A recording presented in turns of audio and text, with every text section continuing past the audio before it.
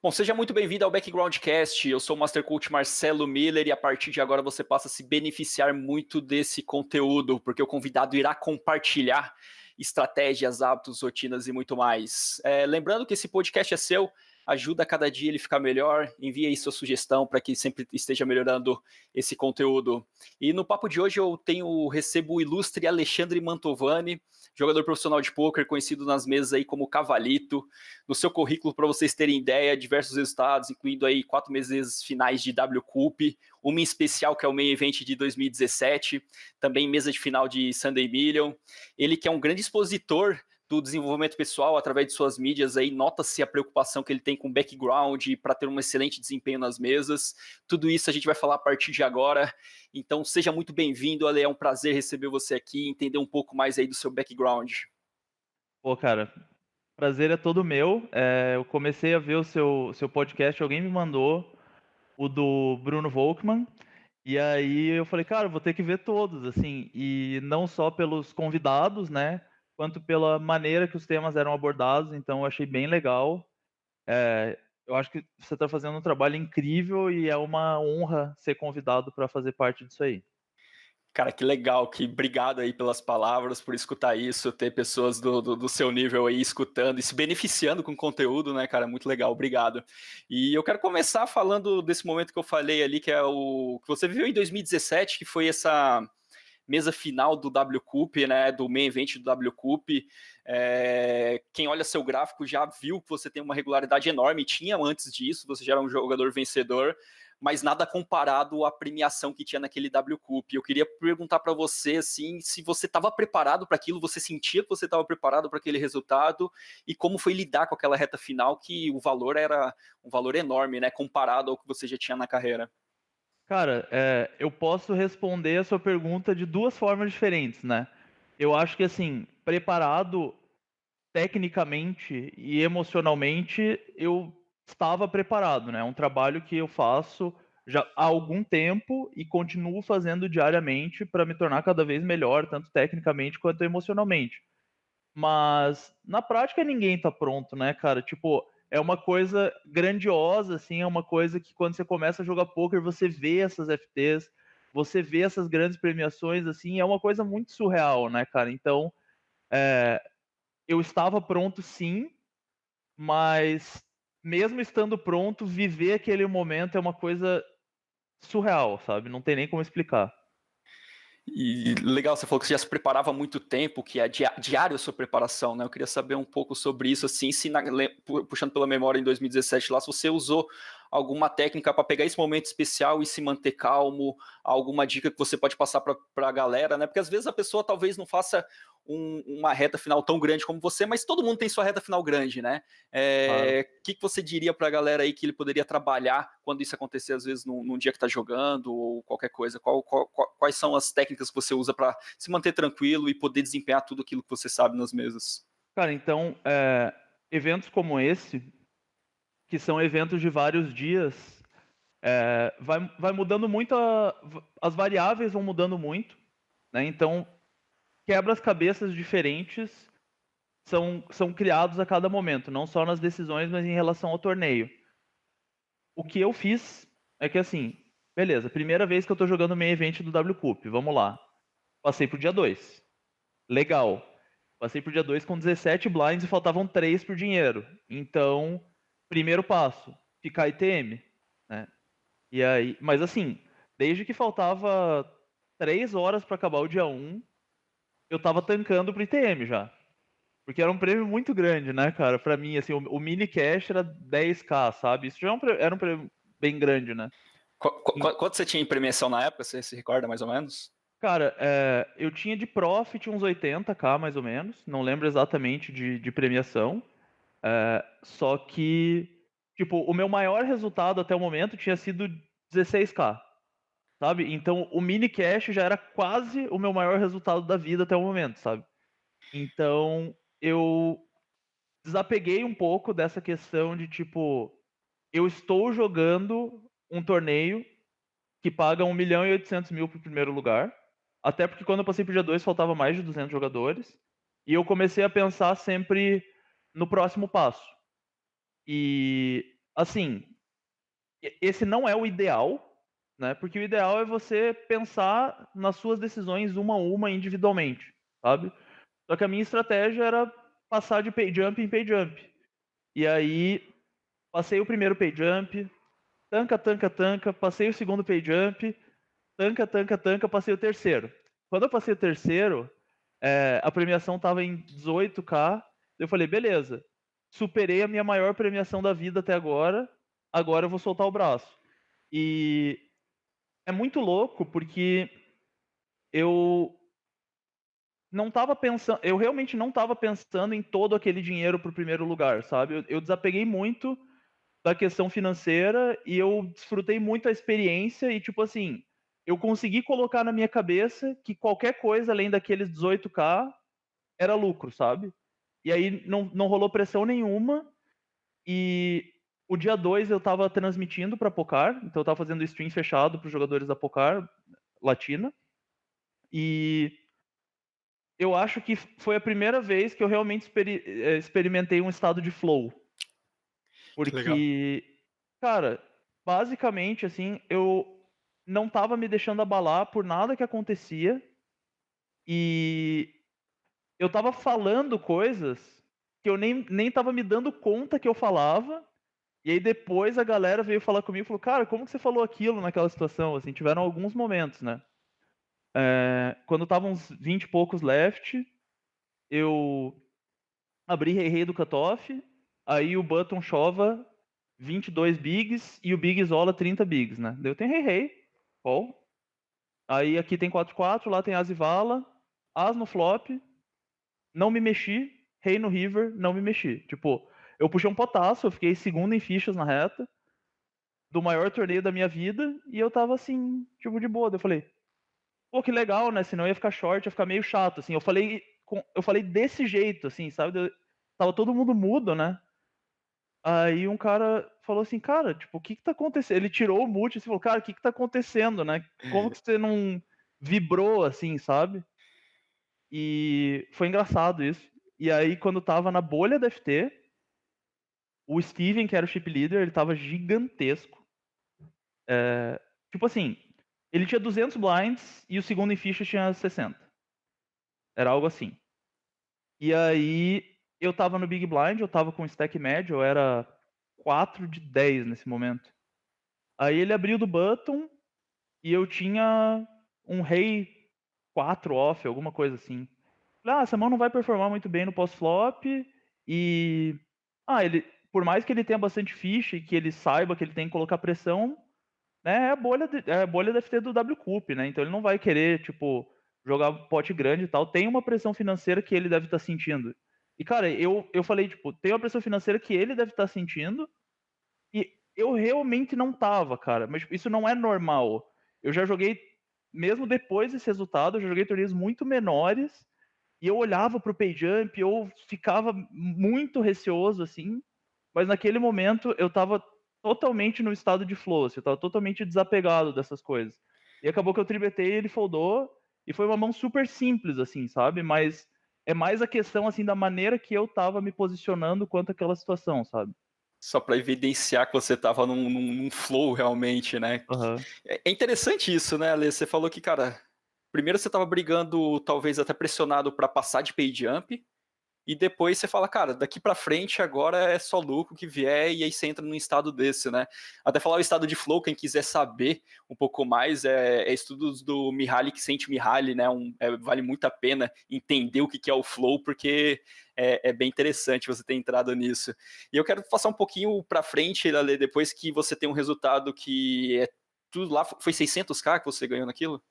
Cara, 612, 490. Sempre a galera fala 600k, eu e o Luizinho, a gente até brinca com isso, assim, a gente fala, pô, 12k não é dinheiro pra galera? 490 não é dinheiro pra galera, então foi 612 e 490.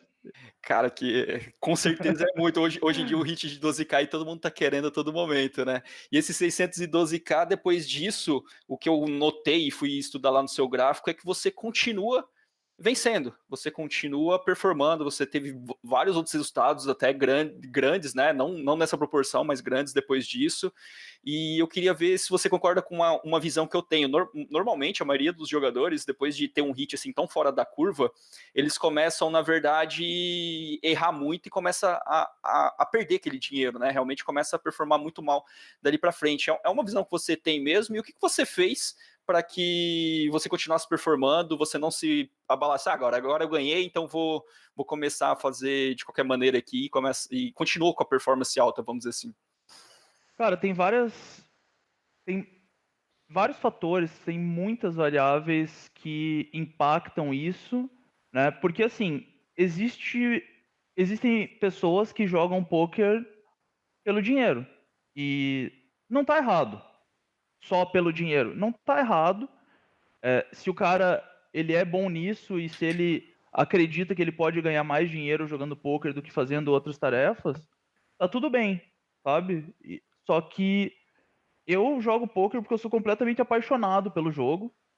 Eu já tive trabalhos formais, eu ganhava muito bem nos meus trabalhos formais, tanto que eu demorei anos para conseguir empatar no poker o que eu ganhava no meu trabalho anterior, mesmo dando coach, mesmo fazendo outras coisas, sabe? Então, o poker para mim sempre foi uma paixão. Tem o fato que eu também não gostava nada do que eu fazia. Teve até um momento que eu tive uma pequena depressão, tomei remédio, esse tipo de coisa. Então, cara, a partir do momento que eu tenho a possibilidade de fazer todos os dias uma coisa que eu sou completamente apaixonado, não tem por que eu parar, não tem por que um resultado me fazer desacelerar, sabe? Tanto que eu a decisão que eu tomei quando eu tive o resultado foi assim: nas próximas 2 semanas eu não vou encostar na minha parte do dinheiro, né? Que metade eu mandei para Pocar e metade ficou comigo. Um pouco mais que metade, que o meu deal era diferente. E então, assim, eu falei, nas próximas 2 semanas eu não vou mexer nesse dinheiro. Só que aí, tipo, beleza, daí passou o dia, e no dia seguinte comemorei com os meus amigos e família tal, nos próximos 2 dias. Aí no outro dia, tipo, vou grindar, assim, né? Tipo, não tem muito o que fazer, vou grindar, pô, tô com vontade de jogar e tal. E eu, cara, eu fiz FT do Bounty 22. O Bounty 22, cara, ele pagaria, chutando alto, vai, 3K pro primeiro, nesse dia. Eu tava jogando, eu cheguei no heads up dele, eu perdi o heads up e eu fiquei puto, cara. Porque eu cheguei no heads up com mais fichas que o cara e ele era bem menos experiente que eu, sabe? E eu perdi o heads up, fiquei puto, assim, e tal. Aí no final da session eu abri o Skype, assim, cara, tinha umas 15 mensagens, assim, de pessoas diferentes. Cara, que diabo você tá jogando Bout 22, sabe? Mas, cara, eu sou completamente apaixonado pelo jogo e é isso, assim, sabe? Se eu não fosse completamente apaixonado pelo jogo e se eu não fosse sincero comigo mesmo, poderia acontecer isso. Poderia acontecer de eu ter um resultado grande. Cara, eu já ganhei muito dinheiro, vou fazer outra coisa que me dá mais tesão e tá tudo bem, sabe? Tem que fazer o que te dá satisfação mesmo. Mas no meu caso, não. Eu sou completamente apaixonado pelo poker, então eu continuei. E o que eu falo em relação a ser sincero comigo mesmo é em questão às minhas habilidades. Porque tem muita gente que tem um big hit, e assim, foi um big hit, e por mais que eu fosse um jogador muito competente, era o W Cup. Todos os melhores jogadores do mundo jogam o main event do W Cup. Eu não sou hoje, não era na época o quarto melhor do mundo, mas eu fiquei em quarto no evento principal do Mundial. Então, só que eu fui sincero comigo mesmo e falar, tá, não é por isso que eu vou começar a jogar Super Tuesday toda semana. Na verdade, eu comecei a jogar Super Tuesday toda semana esse ano, né? Então, o que acontece com muita gente também é isso, é ter o big hit e daí falar, cara, puxei 600k, vou começar a jogar caro porque eu sempre bati esse limite, só não tinha oportunidade de jogar, sabe? Que legal. Então, basicamente, essas duas características. O amor pelo que você faz, então não é pelo resultado, e sim pelo prazer de fazer. E o segundo, saber exatamente onde você está, né? Saber Exato. exatamente que porque o poker é muito complicado, né? Porque o nosso resultado é literalmente dinheiro. e deveria ser tratado de uma maneira diferente, né? Você deveria ser tratado com a habilidade que você tem, né? O EV que você tem em cima do field. Então, essas duas, você acredita que seja a sua diferença para aquele jogador que pega e depois acaba, vamos dizer assim, afundando bastante desse valor que conquistou. Ah, com certeza. Hoje eu acho que esse mindset não é mais tão comum assim, tanto que boa parte dos jogadores brasileiros, eles têm uma mentalidade muito boa em relação a isso, são muito bons em seleção de jogos, eu vejo isso nos fields mesmo, sabe? Só que o poker, principalmente no começo, ele tinha prêmios muito grandes todos os dias, né? Então qualquer dia você podia entrar no PokerStars. O Big 22 pagava 15k no dia de semana, cara. Hoje em dia nem domingo eu acho que ele paga isso, sabe? Então as coisas mudaram muito, né, nesses tempos. O 100 com ribais pagava uma nota, né? Era Pois muito é. louco isso em 2011, na época que tinha os americanos ainda. Sim, sim. É, Legal. pode falar. Não, tranquilo. Pô, tem uma frase que eu gosto muito, que é do Jack Welch, que ele foi CEO da General Electric, que fala mais ou menos assim, né? Que talvez tenha um pouco a ver com isso que a gente está falando, que é: se você não tem uma vantagem competitiva, não entre em uma competição. Primeiro eu queria saber o que você acha dessa frase e, na sua opinião, qual a sua maior vantagem competitiva em cima do field hoje em dia? Eu acho que é uma frase bem legal, tá? Eu acho que as coisas são um pouco mais sutis que isso, no sentido de que, assim, depende muito dos seus objetivos, né? Então, por exemplo, vamos supor que o teu objetivo é ser o melhor do mundo. O meu objetivo é ser o melhor do mundo. E, assim, eu vou conseguir ser o melhor do mundo mais rápido se eu jogar contra os melhores. Eles vão me colocar em muito mais situações que eu não estou acostumado a jogar, ou que eu não me sinto confortável, e isso vai me fazer evoluir. Então, assim, no 1K dele, o warm-up do PokerStars, por exemplo, é um torneio mega difícil. Muito difícil. Assim, chutando bem alto, o meu ROI é 10% nesse torneio, tá? Mas mesmo assim, eu estou disposto a jogar esse torneio todos os dias, porque para o meu objetivo de me tornar o melhor do mundo, esse torneio vai me ajudar a chegar mais rápido nele. Agora, se o meu objetivo primário fosse ganhar dinheiro, aí sim eu ia escolher, eu ia volumar muito mais e eu ia jogar os torneios que o meu edge é maior, né? Então, eu acho que faz sentido, né, para muitos dos objetivos relacionados a ser um jogador vencedor de poker. Às vezes você precisa ter resultados com consistência para provar para sua família e amigos e etc. Mas para o meu objetivo, às vezes eu vou jogar torneios que eu não tenho tanto edge para que eu consiga evoluir. Legal. Agora pensando nesse field enorme ali, enorme que eu digo assim, de qualidade, um field que talvez esteja entre os melhores do mundo jogando. Você tem alguma característica sua que você vê que está à frente das outras pessoas? É, é um pouco difícil avaliar isso pelo fato de que a gente não conhece individualmente as pessoas, né? Isso é uma coisa que eu aprendi muito jogando live ano passado, né? Você só vê um nomezinho ali, um avatar, e o cara metendo bala em você, assim, sabe? Mas eu acredito que o meu controle emocional, ele é superior à média, e eu acredito que eu sou capaz de executar as coisas que eu estudo, mesmo em momentos de alta pressão.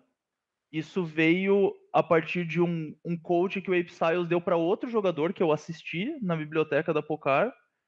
E aí foi o clique que me faltava. Isso é muito louco, assim. É até uma coisa que eu acho que vale a pena eu falar um pouco mais a respeito. Que antes do WCUP eu estava num período bem grande de break-even, aí caía um pouco, subia um pouco, break-even. Caía um pouco, subia um pouco, break-even. E quando eu tinha coach com o Ape Styles, com o Jeff Ganger, com o MJW, todos eles falavam, cara, tipo, você entende muito bem do jogo, só que eu não estava tendo resultados e eles não sabiam me falar o que, que eu podia fazer para alcançar esse resultado, sabe? E aí nesse coach, o Ape Styles começou perguntando pro cara, o cara era um jogador novo da Pocar na época, ele falou, qual que você considera o seu maior leak? E aí esse cara falou, meu maior leak é mindset. E aí pensando: "Ah, pô, meu mindset é bom, né", tava assistindo, tipo, esse não é um leak meu. Aí o Ape perguntou um pouco mais, né, e aí ele falou pro cara assim: "Cara, quanto mais eu estudo e me preparo fora das mesas, mais eu tô capaz de executar dentro delas". E aí essa frase ficou comigo, assim, cara, e aí eu comecei a fazer um autoestudo e pensar em situações que vou dar um exemplo aleatório, assim, mas vamos supor que eu falo: "Ó, nessa situação eu vou apostar 3 barris por blefe se não bater uma dama". Aí bati um valete, eu: "Putz, cara, mas o valete tá ali, cara, tipo, ele é bem perto da dama, né, vou desligar". Aí eu desligava e o meu blefe teria sido bem sucedido, por exemplo, sabe. E aí depois dessa sessão do Ape Styles, cara, eu me blindei nesse sentido, assim, sabe. Eu consigo enxergar uma situação que eu já estudei, e eu vou falar: "Cara, nessa situação eu tenho que fazer isso com essa frequência e acabou". Eh, não sei se isso é assim com todo mundo, mas eu consideraria que esse é o meu diferencial. Pô, legal, isso olhando um pouquinho, né, avaliando isso, tem um livro que fala muito sobre isso, que é O Jogo Interior do Tênis. Ele tem até uma fórmula que ele fala lá, que a performance é igual a habilidade menos interferência. Então, basicamente, você tinha uma habilidade grande e quando você trabalhou muito bem a sua interferência, a habilidade acaba aparecendo. É mais ou menos essa ideia? É, eu acredito que sim. Eu acredito que faz bastante sentido isso. E eu já tinha ouvido essa frase antes e faz total sentido, né, cara? Tipo, a gente tem interferências o tempo inteiro, essas interferências podem ser físicas, emocionais, mentais, podem ser de vários fatores, né? E você ter a capacidade de identificar e eliminar essas interferências de alguma forma, ou diminuir pelo menos, com certeza vai fazer com que a sua performance melhore, né. Pô, show de bola. Falando em performance, em resultado, nessa vantagem, isso tudo tá ligado com sucesso de alguma maneira na profissão. Para você, Ale, qual a sua definição de sucesso? Como você definiria o sucesso? Cara, o sucesso, eu acredito que é você ter uma satisfação imensa de fazer as coisas que você precisa fazer para chegar onde você quer, sabe. Eu acredito que o sucesso tem que ser uma coisa que vem de dentro, assim, e você fala: "Cara, é isso mesmo que eu quero pra minha vida", sabe. Porque antes de eu jogar pôquer e essa ser a minha fonte de renda, como eu falei, eu tinha um trabalho excelente, eu ganhava melhor do que muita gente que tinha se formado comigo, e para todo mundo de fora que me via, eu era um cara bem-sucedido. Só que dentro eu odiava acordar todos os dias, cedo, e eu estava tomando antidepressivo, sabe. E aí eu saí desse trabalho, eu passei a sofrer muito para conseguir pagar as contas do mês de alguma forma jogando pôquer, e eu estava me sentindo muito bem-sucedido, porque eu tinha muita satisfação em tudo que eu fazia. Pra mim não era um esforço grindar, não era um esforço estudar, não era um esforço me desenvolver como jogador, e ninguém que me olhava de fora, principalmente nesses momentos iniciais da minha carreira, diria que eu era bem-sucedido, mas eu já me sentia bem-sucedido, sabe. Que louco isso, né? Você acabou de me falar que quando você passou mais dificuldade financeira, você era mais bem-sucedido do que antes. Com certeza. Não tenho dúvida quanto a isso. É contraintuitivo demais para o que a geral pensa, né. E hoje quando você olha para você, então você encara sendo uma pessoa bem-sucedida, principalmente por quê, cara? Cara, eu sou uma pessoa bem-sucedida, primeiro porque, como eu falei, eu tenho muita satisfação em fazer tudo que eu quero fazer, e até voltando um pouco na pergunta anterior, na época, eu não era bem-sucedido, só que quando você faz alguma coisa que você realmente gosta e que você pode chegar mais longe, o sucesso é questão de tempo, o sucesso financeiro, o sucesso da sua imagem, esse tipo de coisa, assim, sabe. Então eu acho que a disciplina, obviamente, ela é um fator fundamental para o meu sucesso, mas a disciplina só existe porque eu gosto muito do que eu faço, né. Então tem uma tem uma frase que é do professor De Rose, né, que fala que a disciplina e a liberdade são A liberdade é o nosso bem mais precioso, mas se a disciplina se confrontar com a sua liberdade, opte pela liberdade. Então, quando você faz o que você realmente gosta, você mesmo livre, você consegue ter disciplina. Eu vi que em um dos seus podcasts, eu acho que foi o primeiro, essa é a chamada, assim, eu achei bem legal. É uma frase do Jocko Willink que o Felipe Nunes que falou lá. Eu tenho até que no fundo do meu computador, da outra tela, disciplina é igual liberdade, né? Uhum. E tem tudo a ver. Que show. E quando você pensa em uma pessoa, Ale, se você pudesse definir uma pessoa que você conhece, assim, que é bem sucedida, que nome que te vem à mente? Uma Bom, referência, assim. o Elon Musk é uma pessoa muito bem-sucedida, né, se a gente fala dos monstros supremos, assim. Eu considero também o Jeff Ganger uma pessoa muito bem-sucedida, e não só pelos resultados que ele tem nas mesas, assim, mas dá pra ver que ele é muito verdadeiro com as coisas que ele acredita, assim, sabe. E, basicamente, assim, todas as pessoas que são verdadeiras com o que elas acreditam, elas acabam sendo bem-sucedidas. Pode demorar 1 ano, pode demorar 5, pode demorar 10, mas essa pessoa vai chegar lá, tenho certeza.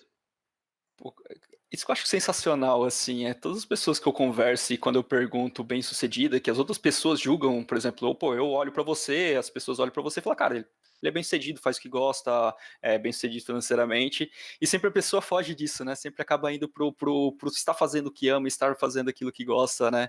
E isso eu acho muito legal, até de lição aí pra quem tá pensando que bem-sucedido é só vencer, é só ganhar, mas é mais ou menos o dia a dia, né? É mais ou menos você a cada dia viver aquilo que você ama, né?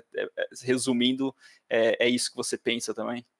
Cara, é uma loucura, assim, porque pensa numa pessoa que faz uma coisa que não gosta, tá? Essa pessoa, ela vai falar: "Pô, sexta-feira tá chegando, que bom". Aí chega domingo, ela já começa a ficar desanimada, porque sabe que segunda vai trabalhar. E cara, eu espero ansiosamente todas as semanas pelo domingo, que é o dia que eu mais trabalho. É o dia que eu jogo 15, 16 horas, assim, sabe. Então, e cara, isso é muito legal. É muito legal você mudar o seu mindset e a sua realidade para que você comece a olhar de uma forma positiva para o dia que você mais vai trabalhar, ou para os momentos que você mais vai trabalhar. Daqui a 2 semanas, pouco menos, né, daqui a 11 dias começa o Scoop. São 2 semanas, cara, que eu vou jogar 12 horas mais por dia, eu mal vou ver a minha família, mal vou ver a Ju, e essas coisas, apesar de serem coisas negativas, é o Scoop, cara, é muito massa isso, é muito libertador você ter uma paixão tão grande pelo que você faz, que você conseguiu mudar uma programação que a maioria das pessoas tem, sabe. Pô, que legal, né? Um detalhe, né? Hoje é feriado no Brasil, o dia que a gente tá gravando aqui, e tá aqui, né, cara? Isso, enquanto as outras pessoas, vamos dizer assim, estão fazendo outras coisas, tá aqui trabalhando de alguma maneira, né? Mas top, show de bola, show de bola. Agora que a gente falou essa questão de sucesso, Ale, é algo que muita gente não sabe que para isso acontecer, tem que ter muito fracasso, né? Pelo menos é a minha visão, que eu observo em todas as pessoas que têm sucesso ou financeiro ou na vida, que são felizes, que conseguem alinhar todas as áreas da vida de uma maneira que ele vê como positiva. Eu queria perguntar para você se você tem algum fracasso favorito, aquele que você lembra até hoje e que te preparou para quem você é hoje em dia, algum especial que você fala, cara, isso aqui foi um fracasso realmente, mas a partir desse momento aqui as coisas, eu tive um aprendizado que me tornou a pessoa que eu sou hoje. Tem alguns momentos, eu acho que o primeiro dele foi a primeira vez que eu quebrei 3 vezes, né, fiquei com 0 bank, não sabia nem onde buscar, mas a primeira vez que eu quebrei foi bem legal, porque foi a primeira vez que eu decidi tentar viver de poker. E, basicamente, eu trabalhava, e aí aos domingos eu jogava, e num desses domingos eu fiz um deal three-handed no Rotter 1650 na época, e deu $10.000. E aí eu falei: "Cara, isso é muito dinheiro". Isso é alguns meses do trabalho que eu tinha na época, assim, né. E aí eu falei: "Cara, vamos vou tentar viver desse negócio". Aí larguei o trabalho pela primeira vez, E aí eu fui direto jogar torneio, sem coach, sem planejamento de bank. Os meus $10.000, cara, eles viraram zero num tempo impressionante, assim, considerando que eu jogava até 22. Tá? Que eu não jogava nem 33, não jogava 55. O dinheiro ele evaporou muito rápido, assim. E aí eu percebi algumas coisas. Eu percebi que aquilo que eu falei quando eu tive o meu big hit do W Cup, né, não é porque eu tive um resultado muito grande que eu sou um jogador muito bom, né? E que a evolução ela não dá saltos, né? Então, por exemplo, vamos supor que eu acabei de tirar minha carteira de motorista. Se você me der uma Lamborghini para dirigir na estrada, o mais provável que vai acontecer é que eu vou morrer, né? Então, é importante você aprender e ter a consciência de sempre ser muito sincero com você mesmo. A verdade, ela é muito poderosa e ela é muito libertadora, assim. Esse foi um deles. E o outro foi uma sequência de fracassos, na verdade, que no ano do meu W Cup Main Event, eu até o W Cup começar, eu tinha bolhado 16 mesas finais de Majors de domingo e de Scoop. Então, no ano, né? E tem uma frase de alguém, eu odeio citar pessoas sem saber quem falou, mas você pode procurar e depois colocar Coloca aqui na na descrição, descrição. se eu achar, e aí fica É, tranquilo. mas fracasso quer dizer, sucesso é a habilidade de você ir de um fracasso para o outro sem perder a empolgação, né? Sem perder o entusiasmo. Então, foi importante eu ter conseguido, mesmo levando tanta porrada assim, tiveram umas que doeram bastante, eu consegui continuar entusiasmado e continuar fazendo o que eu estava fazendo, que era o que eu tinha certeza que ia me levar até onde eu queria, sabe? E olhando para o fracasso, o que o fracasso significa para você? Ou fracasso, ou perder? Quando você olha para isso, como você reage? Qual que é o primeiro pensamento que você vem? Você olha para ele com que visão? Cara, ele é uma coisa temporária, né? Tudo passa. O, o sucesso, inclusive financeiro, ele pode passar, né? Principalmente no poker, que tem variância, que é uma coisa que ninguém entende quão profundo é o impacto disso no jogo, né? Mas você vai ter momentos muito bem sucedidos, você vai ter momentos que você não vai ter bons resultados, e isso é natural. É uma outra falha de mindset na minha concepção, que é muito fácil para um jogador falar que tá em downswing, mas não é fácil para ele falar que está em upswing. Então a variância só existe quando você está perdendo, ela não existe quando você está ganhando, né? Mas eu sei que o fracasso ele é um estado temporário, então eu tento analisar situações com calma e ver o que eu poderia ter feito de diferente nas coisas que eu poderia controlar. Então, por exemplo, eu tenho feito algumas streams e aí o pessoal fala, pô, você foi lá e quebrou as as. Ontem aconteceu isso. Eu fui lá, quebrei as as na bolha da FT e aí perdi com as as na FT. E, tipo, eu não reagi assim e tal. Aí eu falei, mas vocês entendem que pela minha explicação no primeiro cenário, a minha decisão de all-in contra o cara era boa? E aí o cara tinha as as e acabou batendo a minha, beleza. Assim como na situação que o meu Asas foi quebrado, a minha decisão também foi boa, sabe? E é isso que é importante. Você tem que colocar energia nas coisas que você pode controlar. Se você passar, tipo, se você cravar um torneio e você deu bad a FT inteira, não tem problema. Vai acontecer. Só que se você tiver convicção que aquela era a melhor decisão que você podia tomar, tá tudo bem, sabe? Eu acho que o fracasso você tem que enxergar e você tem que evoluir a partir das coisas que você pode controlar. As coisas que você não pode controlar, você aceita. Você tocou num ponto bem legal quando você está falando nisso, que é a questão de energia, de você usar a sua energia, né? Como você enxerga isso? Como você faz para canalizar sua energia e colocar só no que interessa realmente? Eu sei que entendo muito bem que é uma briga interna de você pegar sua energia e colocar só no que interessa, mas como você faz isso em game, na hora que você está jogando ali, como você se policia para você usar a energia só quando precisa dela, e essas quesitos que você falou que são incontroláveis, deixar de lado. Tem alguma coisa que você pode dar de dica aí para a galera, alguma coisa simples que eles podem começar a colocar em prática no dia a dia deles ali sobre fazer uma gestão boa de energia durante o grind todo? Cara, isso é um exercício diário. Você com tempo, experiência, você acaba ficando um pouco mais calejado de não colocar tanta energia nessas coisas. Vão ter momentos que também não vai dar certo. Quem vê, e principalmente quem vê streamando, acha, o Ale nunca se afeta emocionalmente. Cara, claro que eu me afeto. Ninguém gosta de bolhar uma FT com asa, sabe? Ninguém gosta desse tipo de coisa, assim. Só que existem coisas que você pode fazer para ajudar nisso. Então, por exemplo, eu uso os softwares, o Stars Helper e o Party Caption, né, que são softwares de apoio para os principais sites de poker que eu jogo. E nesses softwares tem uma opção de você ocultar o board quando você vai ao win. E a galera fica louca quando eu falo que eu faço isso. O Luiz Martins uma vez estava me assistindo grindar e ele fez um story que eu fui ao win e tampou o board, assim, daí perguntou, e aí galera, vocês curtiram? Sim ou não, na enquete, assim. Quase ninguém curtiu, assim, 90% das pessoas falou que eu quero ver as cartas, quero chamar meu flush, sabe? Só que assim, vamos supor que eu tô numa session, eu tô jogando 8 telas, tá? E aí eu vou ao win. E eu tomo call. Se eu ficar olhando as cartas que estão batendo, não vai mudar o resultado, beleza.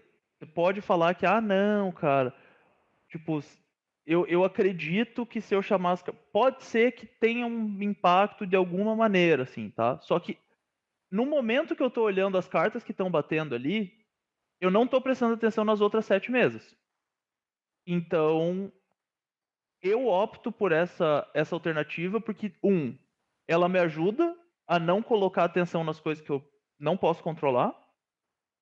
E dois, eu garanto que eu tô colocando mais atenção nas coisas que eu posso controlar, que são as minhas decisões nas outras mesas que estão rolando, sabe? Então, essa é uma coisa que eu faço. Eu uso os softwares para me ajudar nisso. E, cara, é um exercício diário. É um exercício diário. Muitas vezes vai dar errado, muitas vezes vai falhar. Algumas vezes, até hoje, assim, eu tomo uma bad no torneio mais caro da reta, deu, cara, eu não acredito que isso aconteceu, assim.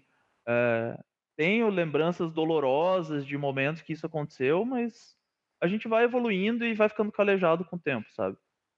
Pô, mas legal esse negócio que você falou de. É uma gestão de energia que você está fazendo, né? Não ficar desprendendo tempo para analisar uma coisa que você não controla, né? Isso Exatamente. é show de bola. Quando eu jogava e não tinha essa função no Star Helper ainda, eu ainda sofria pedindo carta e colocando, mas é muito legal, tem visto isso que faz bastante diferença. Agora, olhando um pouco mais a fundo no poker, você já está envolvido há bastante tempo, você faz aí trabalhos na Pocar, já dá aula há bastante tempo, e você já passou por, desde o início, né? Desde o primeiro nível lá, e hoje você jogando aí boa parte da sua reta sendo high stakes. Na sua opinião, olhando tanto para a sua experiência quanto conhecendo as outras pessoas, tendo trabalhado já com tanta gente, Ale, qual o pior conselho que é disseminado no poker? Assim, qual é aquele conselho que muita gente dá, mas que você vê que, cara, não faz sentido nenhum levar isso pro poker? Cara, tem uma coisa que o Dai Ventura falou no podcast dele, que eu concordo 100%, se tivesse como concordar mais que 100% eu concordaria, que é, jogue um jogo explorativo, você não precisa entender GTO, você não precisa entender o equilíbrio e etc. Claro que, assim, para os limites mais baixos, tem várias tendências da população que você não precisa ser um gênio do GTO para entender. Só que a partir do momento que você não sabe mais ou menos aonde é o equilíbrio, não sabe quais são as regras por trás disso, você não sabe o que você está explorando.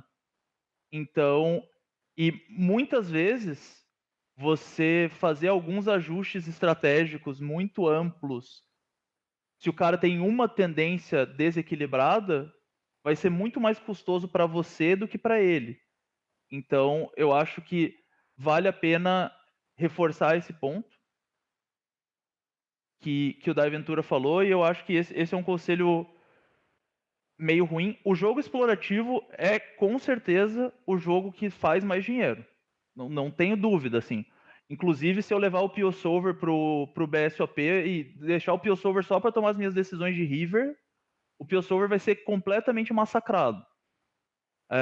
Mas eu acho que é importante você entender por que você faz o que você faz. Isso vale tanto para o poker quanto para a vida, né? Então, muitas pessoas bem-sucedidas falam que os fundamentos são a base para o sucesso delas, né? O Michael Jordan fala que se você manja bem dos fundamentos, o nível que tudo que você vai fazer aumenta. E eu não poderia concordar mais com isso. O meu primeiro salto gigantesco na parte técnica e de resultados foi quando eu li o livro do Matthew Janda, Applications of No Limit Hold'em. Pô, você falou esse negócio de fundamento, você citou o Michael Jordan, e quando você falou isso, eu lembrei do Kobe Bryant, que também fala a mesma coisa, né? Ele treina, na época que ele jogava, ele treinava todo dia fundamento, todo dia ele passava treinando mais fundamento do que as outras pessoas, e claro, né? Aí, pelo menos a teoria que eu tenho pra mim, quando você tem muito bem resolvido o fundamento, você consegue inventar moda sem se perder, né?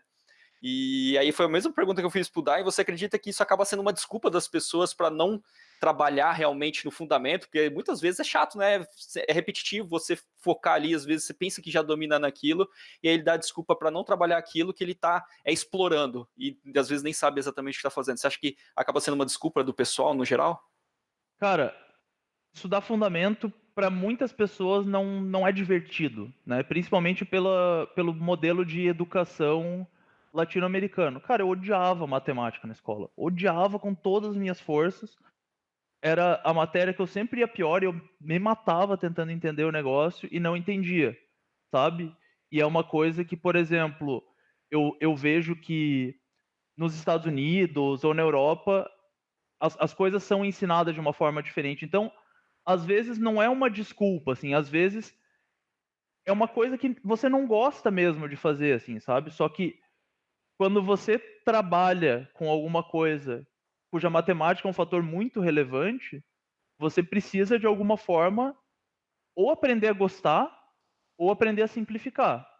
Mas assim, é um fato que se tiver um jogador que ele não trabalha em matemática e um outro jogador que trabalha em matemática, esse jogador tem uma tendência a ser bem mais bem sucedido do que o primeiro.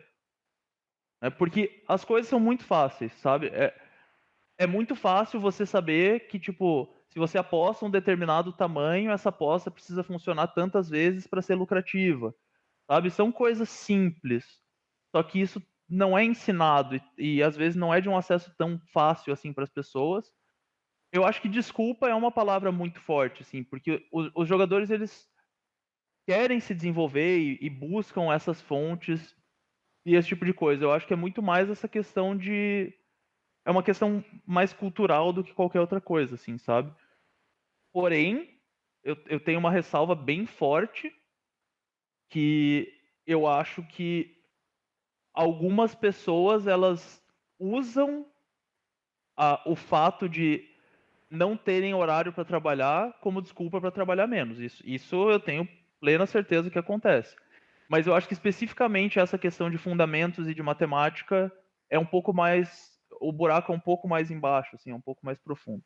É um pouco mais da raiz ali da pessoa, né?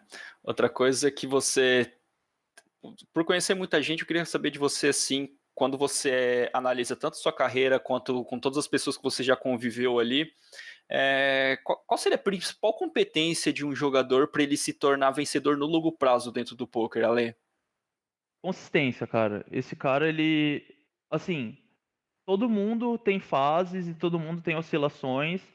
Só que, assim, se você jogar só aos domingos, ou se você jogar 2 vezes por semana, você vai evoluir muito menos do que uma pessoa que joga 5 vezes por semana, sabe?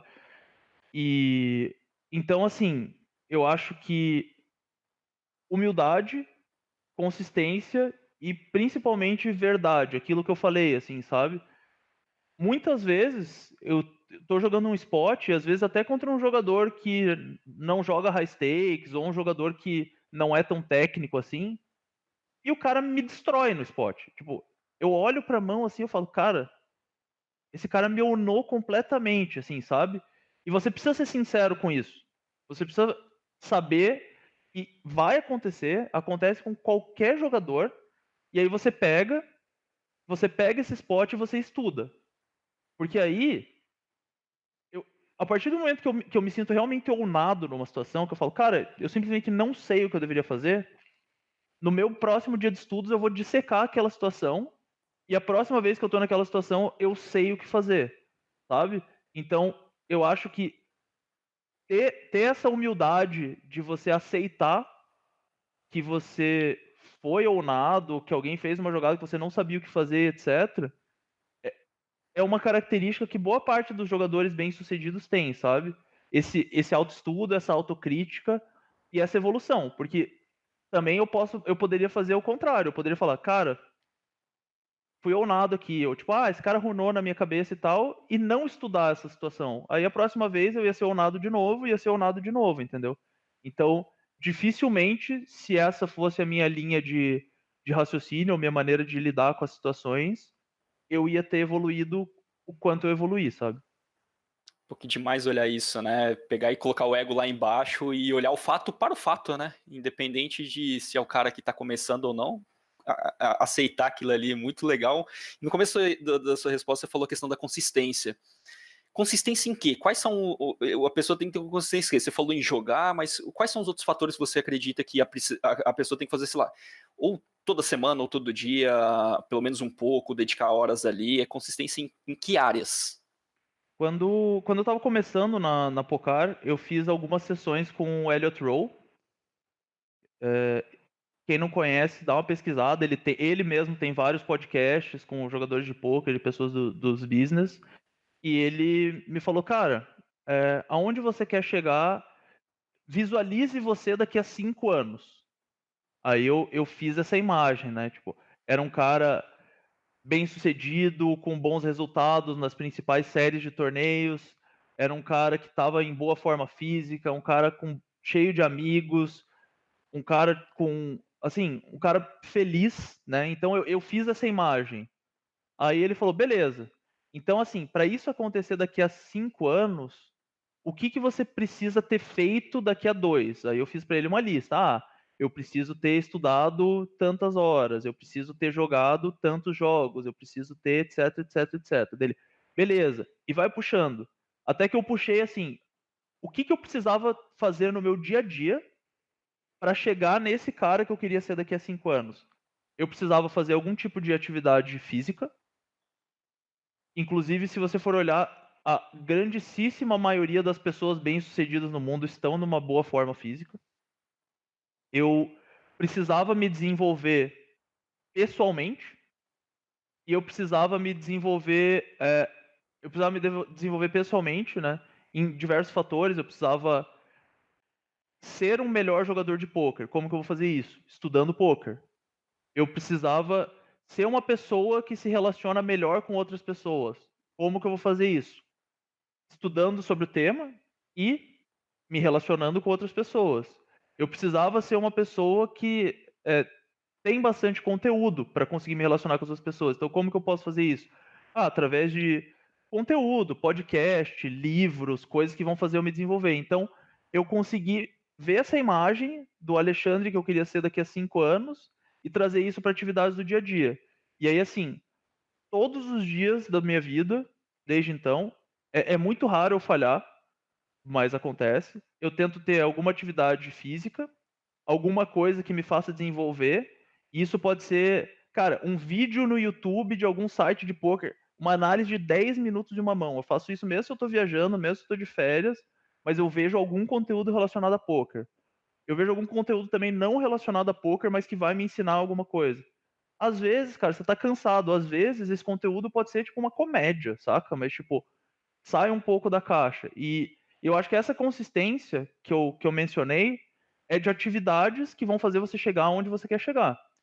E, de novo, tem muita gente que fala, mas, pô, tem cara que só joga pelo dinheiro e acha que isso tá errado. Cara, não é. Cada um tem a sua realidade, cada um tem os seus objetivos e etc. Então, Se o teu objetivo é daqui a 5 anos ter 200 mil de profit, beleza. Tipo, você pode criar as coisas que você pode fazer todos os dias para chegar nesse ponto, sabe?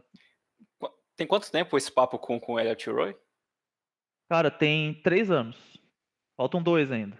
Não, mas eu ia perguntar, o quão próximo você tá disso ou se você já chegou nesse patamar que você viu lá atrás?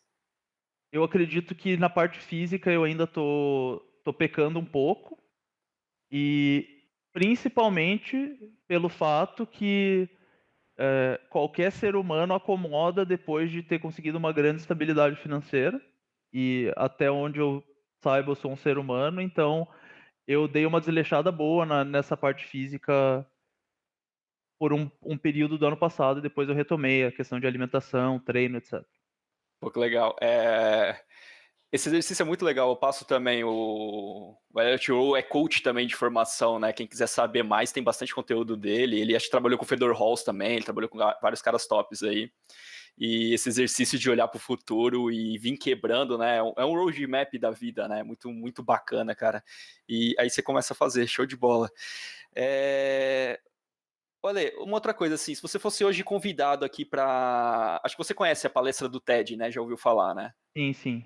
Provavelmente sim, assim, quem busca desenvolvimento não tem como não cair lá, né, cara? São assuntos extraordinários.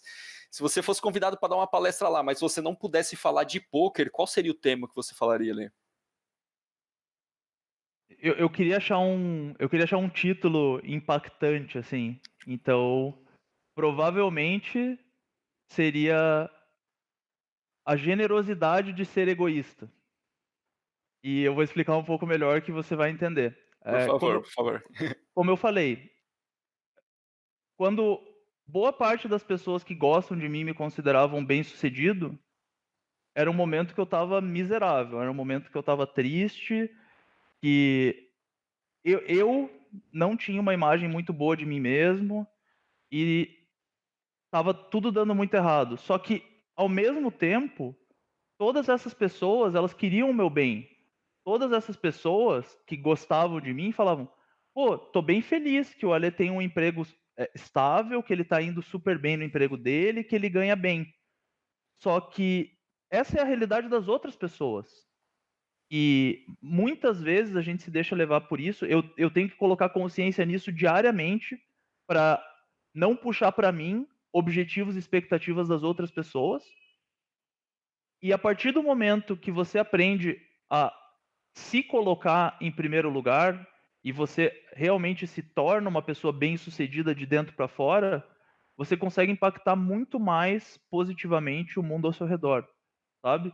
Então, eu deixei de ser uma pessoa bem-sucedida para os olhos das outras pessoas e passei a ser uma pessoa bem-sucedida para os meus olhos. Isso me fez com que eu realizasse coisas, com que eu formasse pessoas.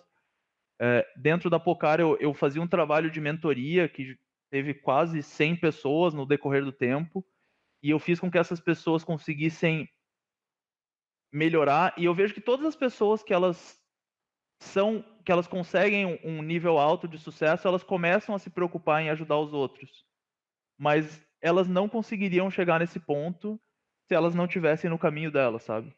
É muito difícil você doar para outra pessoa uma coisa que você não tem.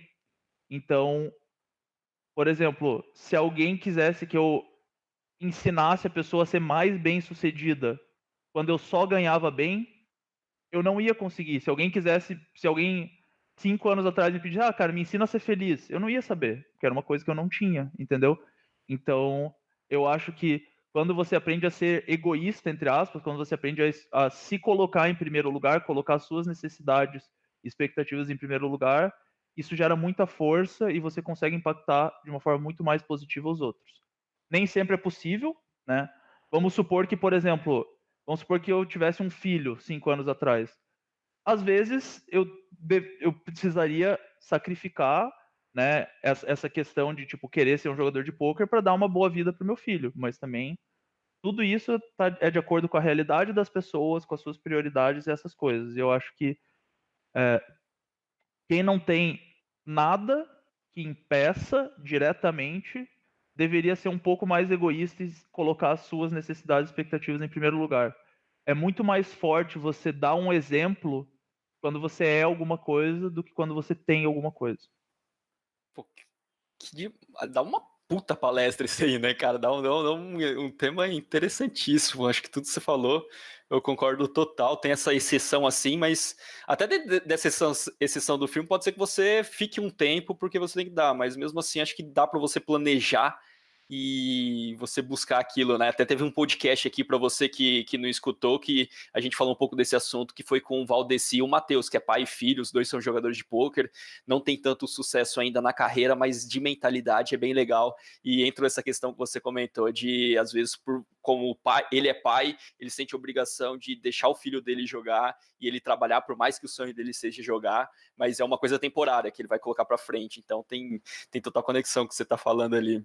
E ali, olhando agora para o último ano, os últimos 12 meses, assim, quais foram as pessoas, os assuntos que mais te influenciaram, assim? O que você tem consumido nesses últimos tempos para você ser a pessoa que você é hoje? Cara, eu acho que nesses últimos 12 meses eu sou muito adepto daquela teoria que você é as pessoas que você mais convive, né. Então, as pessoas que eu mais convivi nesses últimos 12 meses foi a Ju, minha namorada, foi o Cani, foi, o pessoal do The Rose Method. Eu também estava, bem inserido, né, na rotina do The Rose Method. Hoje em dia já mudou um pouco essa questão de, tipo, estar junto com eles. Então, eu acho que essas são as pessoas que mais me influenciaram nesses últimos tempos, assim. Eu cheguei a criar também um grupo de estudo com alguns jogadores de pôquer brasileiros. O Gustavinho tá entre essas pessoas e recentemente a gente se aproximou mais. Mas eu acho que você acaba influenciando e sendo muito influenciado pelas pessoas que estão mais próximas de você mesmo, sabe? E essas pessoas te trouxeram que tipo de influência? O que elas mudaram na sua vida no último ano? Assim, se você for comparar o Ale de um ano atrás com o Ale que tem hoje, qual a principal mudança que você vê? Cara, eu sou um pouco mais compreensivo comigo mesmo. Isso eu acho que é bem importante, assim, porque eu acho que um fator que me ajudou muito a evoluir foi a autocrítica, sabe? Só que não necessariamente essa autocrítica ela precisa ser densa, ela precisa ser tipo: "Cara, como que você errou nesse spot? Você é burro", sabe? Essa autocrítica ela pode ser mais suave. Existe uma linha.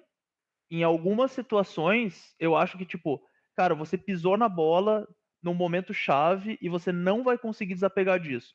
Cara, se tranca 1 hora no seu quarto e fica se odiando essa 1 hora, sabe? Tipo, processa isso e depois sai pra vida, assim, sabe? Mas eu acho que essas pessoas me ensinaram a ser um pouco mais leve, né? Que, assim, quem me acompanha, me segue, sabe que eu tô sempre estudando, eu tô sempre fazendo alguma coisa, assim, e são coisas que eu gosto de fazer, sabe. Mas eu não conseguia fazer essas coisas de uma forma descontraída. Hoje em dia eu já tô um pouco melhor nisso. Então acho que foram esses 2 principais fatores, assim, ser um pouco mais carinhoso comigo mesmo nessas questões de autocrítica, né, e ser um pouco mais descontraído em momentos de seriedade, mas seriedade não necessariamente precisa ter um nível de tensão junto, sabe? Pô, que demais. Você falou uma coisa aí também que é da sua rotina. Eu queria. Como que é a sua rotina hoje em dia, Ale? Como que é um dia normal para você? Então, ela é bem diferente em dias de grind e dia de estudo, tá? Mas num dia de estudo, eu acordo por volta das 7h30 da manhã, mais ou menos, banho gelado, faço alguma atividade física. Então tem alguns dias que eu vou pra academia, faço um HIIT lá, e aí nesses dias eu me alimento antes e depois, e tem alguns dias que eu faço uma prática do The Rose Method, aí nesses dias eu me alimento só depois. A prática ela não é tão pesada assim na parte física, então tem algumas que são, mas mesmo assim, geralmente eu costumo fazer em jejum. Eu acho que eu performo melhor. Inclusive, tem algumas técnicas, né? Por exemplo, a invertida sobre os antebraços, alguns tipos de que o nome padrão seria bananeira. né? Cara, você fazer isso com a barriga cheia realmente não é muito recomendável, né? Então, tem essa parte da alimentação, aí dependendo do dia ela é antes ou depois. Dependendo do meu estudo do dia, eu tenho estudado muito com solvers ultimamente. Então, se eu vou estudar com o Pio Solver, eu já deixo. Isso é bem recente, né? Mas eu deixo o script rodando. O Kanye me ensinou alguns macetes para fazer uns scripts que eu não estava usando. Então, eu deixo um script rodando antes de fazer essas coisas. Aí, quando eu volto, eu analiso essas situações, né? E eu tento. Eu tenho quase diariamente um grupo diferente de estudos, independente de ser dia de estudo ou dia de grind. E aí, tipo, dia de grind, eu estudo durante 2 horas. Então, eu acordo cedo para isso. Eu acordo cedo para, assim, eu conseguir tomar banho, me alimentar e treinar até as 9, estudar das 9 às 11 e começar a grindar às 11. E nos dias de estudo, o meu horário de acordar ele é um pouco mais flexível. Eu posso acordar até umas 8h30. E aí eu deixo que esses grupos de estudo sejam mais longos e eu faço algum estudo muito específico sobre algum tema. E sábado é o meu único dia que eu não tenho nenhum tipo de regra. E eu acabo estudando boa parte do sábado. Mas é um dia que eu não tenho regra. Eu acordo a hora que eu quiser, etc. É um dia que eu passo mais tempo com a Ju, passo mais tempo com a minha mãe, passo mais tempo com os meus amigos. Mas basicamente é assim que eu divido meu tempo. De manhã, a primeira coisa que eu faço é essa questão, tipo, banho, alimentação e treino. E aí, quando eu faço um treino físico na academia, eu volto do treino e faço uma invertida e um exercício de meditação. E aí, quando eu faço a prática The Rose Method, já tem o exercício de concentração no final. E acho que é basicamente isso, assim. E pensando nessa sua rotina, assim, tem algum aspecto que não pode faltar todo dia? Qual é o principal? Assim, falar, cara, eu não posso começar meu dia ou finalizar meu dia com essa atividade, com essa ação. Qual seria Cara, talvez a principal, assim? eu acho que o banho gelado ele é muito bom, cara. E, e antes do banho gelado eu arrumo a cama todos os dias. Eu vi um videozinho de 2 minutos de um general falando sobre isso e faz sentido pra mim, né? Quando Tem, você. tem o livro dele também, já leu? Não, não li. Chama Arrume Sua Cama, inclusive, é desse Sério? general. Cara, é muito legal, muito bom. Que legal. Fica de dica É, aí pra galera também. então, aí começa o dia, arruma a cama, né, pra ter a primeira tarefa do dia concluída com sucesso. E o banho frio, cara, eu acho que ele é muito poderoso, né? Não só pelos benefícios, né, para circulação e etc, que o banho frio causa, mas também pela questão de, tipo, você tá encarando um desafio. Cara, eu moro em Curitiba, cara, é frio aqui, é bem frio. E mesmo assim, eu tomo esse banho gelado e eu saio dele. Quando eu entro na água, eu já falo, cara, eu sou foda. Tipo, eu tô enfrentando um desafio. Todos os dias eu começo enfrentando e superando um desafio, que é tomar o banho gelado. Então fica muito mais fácil eu enfrentar e superar desafios. Tipo, vou na academia, cara, beleza, você tem que fazer aqui tantas barras, tem que fazer barra até falhar, tem que fazer flexão até falhar e não sei o quê. Cara, eu acabei de tomar banho frio em Curitiba, tipo, por favor, né? O C. Darwin tá na minha mesa, pô, o C. Darwin, monstro, tal, não sei o quê. Mas ele não toma banho frio em Curitiba, sabe? Então, é, Legal esse jogo psicológico, né? Acho que é o principal, né? Você já entra falando, cara, nada me para, né? É com essa ideia. sim, sim. Poxa, E claro que eu tô zoando, né? Tipo, inclusive tem um método que tá famoso, que é do Wim Hof, que fala muito sobre banho frio e esse tipo de coisa, assim, né? Mas, tipo, é só essa questão de mostrar, cara, tipo, as coisas que nós consideramos desafios, às vezes não são tão grandes quanto a gente imagina. Principalmente no poker, né? Que é um jogo de pessoas. O live me fez enxergar muito mais esse lado, assim, me fortaleceu bastante também. Demais, galera. Então, bora arrumar a cama e tomar banho frio aí, porque faz diferença, muito legal. Pergunta padrão aqui do Backgroundcast, Ale. Quem você gostaria de ver, escutar aqui no Backgroundcast? Já que você falou que viu todos, né, cara? Até muito legal isso, muito bacana isso, ver seu desejo de entender as outras pessoas, porque o poker é um jogo de pessoas e você entende essa galera, é muito legal. Mas quem você gostaria de escutar aqui, cara? De entender esse background realmente que tem ali por trás do sucesso dela ou de qualquer Cara, coisa. tem uma lista muito grande assim de pessoas que eu realmente gostaria de ver. Tem uma pessoa que eu gosto e admiro muito, que eu acho que agregaria muito pro Background Cast, que é o B Dias, né? B Dias agora que tá de volta com força total. Tem algumas pessoas que são um pouco menos acessíveis, mas que todo mundo que é próximo a essas pessoas e fala com elas diariamente, fala que elas são pessoas realmente incríveis. Então, o, o Hélio Neves seria um exemplo desses, o Crema seria outro exemplo. E eu acho que hoje em dia qualquer coisa de poker no Brasil tem que chamar o Sketch em algum momento, porque o cara é a enciclopédia viva do poker brasileiro, então acho que seria legal também. E só o último nome também que eu acho que é interessante é o Net, o Renan Bruschi. Eu acho que ele é uma pessoa bem interessante e eu aprendi bastante com ele assim de um ano para cá. Ele é uma pessoa um pouco mais polêmica, né? E isso, quem me conhece sabe que eu não vou muito para esse lado, mas ele é uma pessoa muito boa, ele tem bastante conteúdo, e quando você quebra essa barreira e começa a entender um pouco melhor, é, ele tem muito para acrescentar.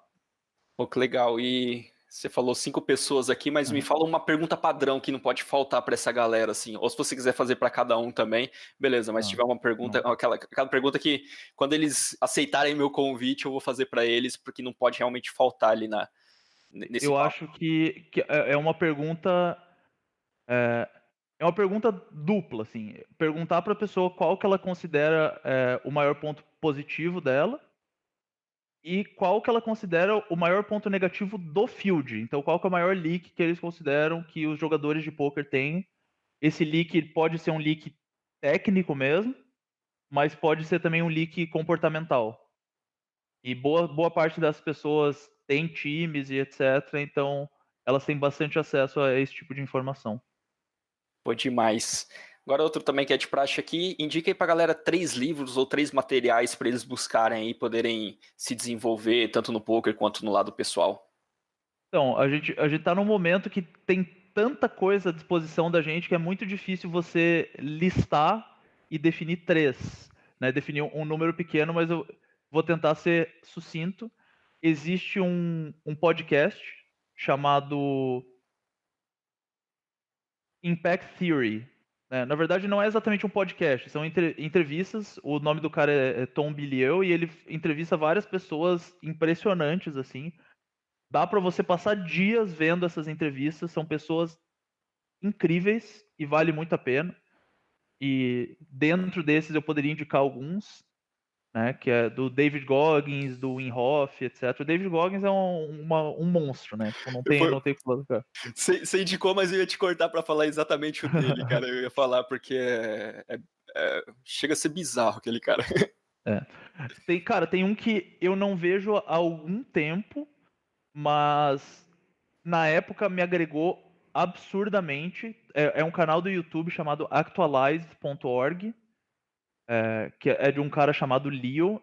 Ele, ele é um cara, ele é uma pessoa bem diferente, assim, sabe? Ele apresenta alguns conteúdos bem interessantes. Tem um vídeo dele que se chama Be Fucking Patient, tipo, que é muito louco, assim, né? Porque ele tá falando pro cara ser paciente, mas ele tá falando de uma forma enfática, uma forma quase agressiva, né? E esse é um vídeo que fala que, assim, a gente não está acostumado a ter essa visão de longo prazo e a ser pacientes, né? É uma coisa que a gente não aprende.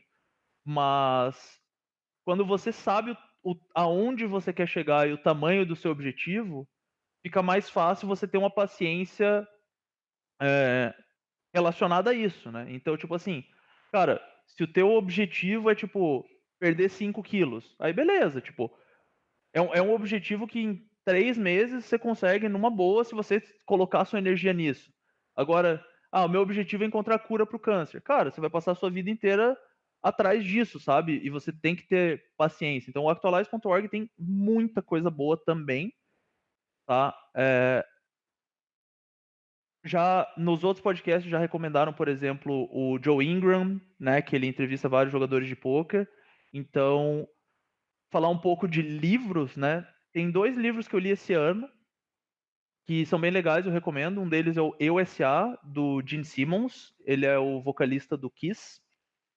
E é bem engraçado, porque ele é uma pessoa não convencional e ele não é uma pessoa, ele não fala de um jeito bonitinho as coisas, mas ele fala basicamente como você faz para você ser uma empresa, né, para você ser bem-sucedido, para você render bastante. Esse é um livro bem bom.